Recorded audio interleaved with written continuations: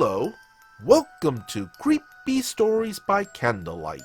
I am your dastardly dashing storyteller, and I have scoured the earth between the dimensions and even the digital landscape for tales of the unusual, the strange, and the terrifying.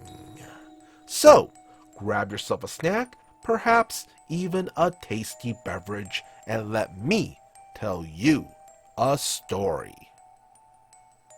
The Compost Men by Normancrane. So it has come to this. Posting on Reddit about a phenomenon not covered by mainstream media. I tried. "I'm sorry, but we're not that kind of news source," they said. "Perhaps the National Enquirer." "I have evidence," I said. "I'm sure. Bye." Not one newspaper or website would hear me out. No one asked to see the photos and videos. So, read it here first. Our organic waste has come alive. It wasn't always this way. In the 1980s, composting was a fringe activity, and organic waste usually went into the garbage. My town didn't start advertising composting as an option until the late 1990s, when suddenly they started giving away composters. You know the ones I mean, the big black ones.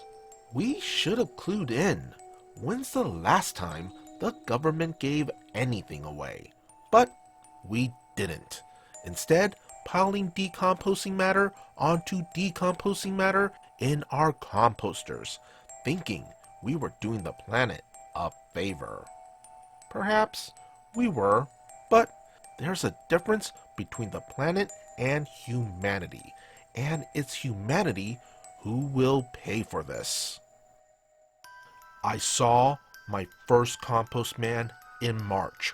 Holding my bucket of waste, I lifted the composter lid, and there they were. A pair of spheroid eggshell eyes staring menacingly at me through a dense cloud of flies. I threw the waste down, grabbed the shovel, and started stabbing the half-formed soil within. But to no avail. They are not solid as we are, not as weak. The blade penetrated the compost, but the compost man remained alive, its crushed eyes reforming and his fly companions buzzing with mocking laughter. I reported this immediately to the police, but no one investigated. Behind my back, they started calling me an old fool. Soon after, animals began to disappear. Roaming cats that left home never came back. Small dogs, then larger ones, and livestock in the form of chicken, sheep, and goats. Always explanations followed. Coyotes got the cats. Hawks picked off the small dogs, and someone stole the larger ones. As for the sheep and goats, they were taken by wolves. It's been about a century since there's been wolves around here, yet they would believe in their return before they believe in the Compost Men. They only stopped calling me a fool when the first child disappeared. Amber Alert, followed by a police search, all resulting in nothing, of course. The police even talked to me, treating me as if I was the one who done it. I told them they were freer than air to check my property, but they would be better off checking the composters.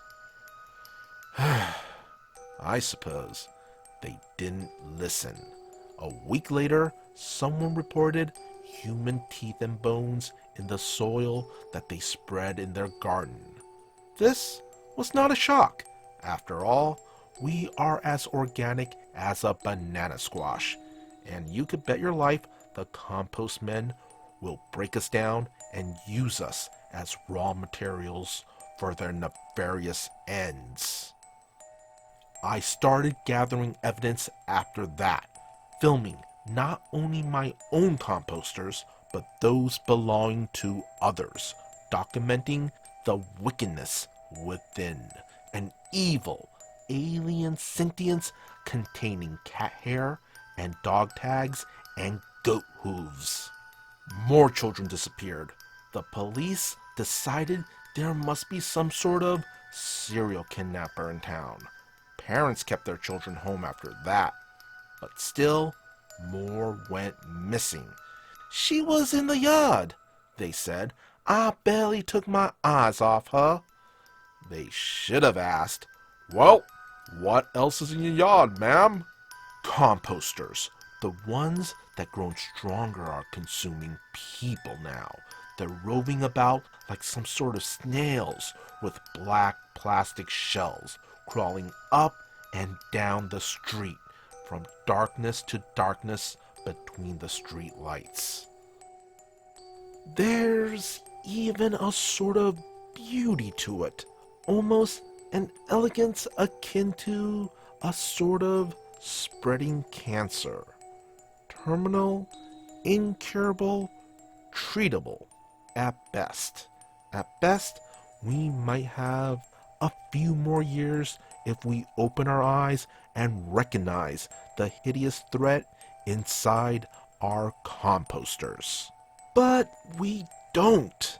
We disbelieve, trying to come up with impossible counter explanations when the truth is decomposing right before our eyes, in our own backyards, by our own design. We are feeding our own destruction, heaping food into the maws of a damped and transmogrifying darkness we have not even begun to comprehend, as they tell us to. Have we no brains of our own, no critical reasoning? What is filled with waste, I ask? Our composters or our minds?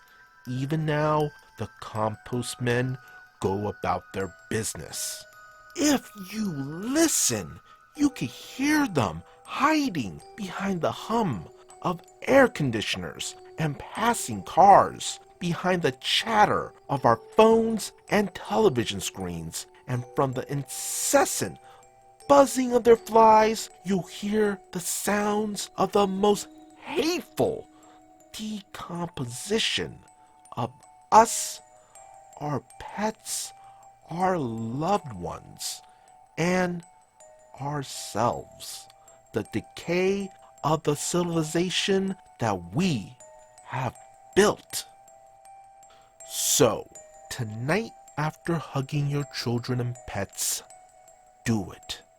Open the composter and gaze inside.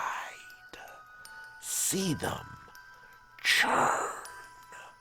See the way we ourselves churn. For what is a composter if not an analog of the soul? A wasted essential encased in man-made plastic. We have made the eternal, perishable, and the physical everlasting. And now, they're coming for us. It's not even just the children anymore. They're starting to take the adults. Just imagine the power they must feel, hunting with impunity the biggest and strongest of our species. How is Fred? Claro asks Zoe, showing her impeccable teeth as she goes mindlessly about her routine. Oh, Fred's gone. Gone? Gone where? Gone how? These are the questions that we should be asking. But instead, Claire will say, it's been some weather that we've been having. and they call me the fool. I'm sorry, but we're not that kind of news. All news is compost news. How many of us must they take before we act for ourselves? Before we quit our routines and unplug from the manufactured daydreams with which they distract us? I may be an old man, but some of you are young and brave and smart. Unscrew those lids, peer inside, and see the squirming, uncomfortable truth. The compost men are coming. Let us at least muster a whimper.